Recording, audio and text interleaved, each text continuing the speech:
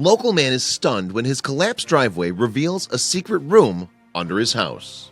From the costly to the backbreaking and everything in between, there are a million miserable ways for a homeowner to spend a Saturday. One weekend the living room might need repainting. The next there are weeds that require pulling or gutters to be cleaned.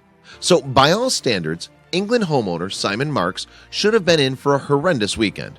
While pulling his car out of the driveway one Saturday afternoon, the ground beneath his wheels began to crumble. Fixing his driveway was not on his to-do list that day.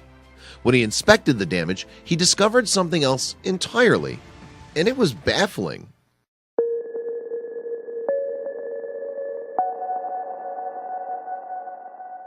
Did you know we really like animals? We like them so much, we gave them their own channel.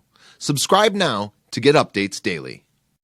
Driveway repair undoubtedly doesn't top anyone's list of favorite weekend activities. So when Simon Marks of Luton, England, had an accident in his own driveway one Saturday, he groaned at the thought of a ruined weekend. That is, until he inspected the damage. With plans to go out in the afternoon, Simon had simply been reversing his black Vauxhall Zafira out of his front driveway. Unfortunately, when he did so, he felt it lurch forward. At first look, the damage was bad, really bad. Concerned a sinkhole had just opened up underneath his house, Simon took some pictures of the massive crater beneath his car's tires and sent them to his father, Gerald, who was on his way to help. "I was just terrified the whole house was going to vanish," he said. The closer Simon looked at the damage, however, the more he came to realize that perhaps this was something more than a sinkhole or a badly constructed garden. Carefully, he began removing the cracked slabs of concrete and was stunned by what he saw. Descending into the darkness of what he'd once thought was going to be a massive thorn in his side and his wallet was an old, rusted ladder. That was when he and his dad decided to start digging. Simon and Gerald didn't have fancy tools or machines to help excavate the hole that was, as the Sun later reported, nearly full to the top with mud. They simply used shovels and buckets. The pair dug and dug, the pile of excavated mud growing larger by the hour. Strangely, ordnance surveys didn't shed any light on what might have been hiding beneath Simon's driveway. According to those reports, there was nothing but empty land before the home was built. Soon, Simon and Gerald had removed about 5 feet of mud in total, enough for them to crouch down inside and further inspect the space. Gerald had a hunch that he knew what it was, though he needed to see it to be sure. The two men descended the ladder, unsure what they would find. Once they reached the bottom of the chamber and established their footing, they turned around and came face to face with something unusual. There in front of them was a strange doorway. Unsure if it was safe to enter the mysterious corridor, Simon did a little scouting. "I got my selfie stick," he said, "and I put it down the hole where I saw 2 rooms." So what were they looking at? Meanwhile, Jared's hunch was confirmed. "My dad saw it and instantly said, 'It's an air raid shelter,'" Simon said. "We Googled it and found there are quite a few in this area."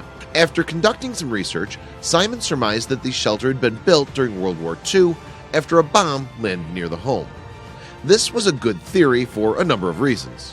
During World War II, the Luftwaffe, Germany's Air Force, conducted a number of precision bombing raids on the United Kingdom and its allies.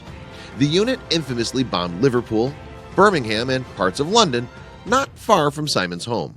The looming threat of a bomb dropping at any moment pushed authorities and private citizens alike to construct bomb shelters. At first, tube stations, basements, and cellars served as protection.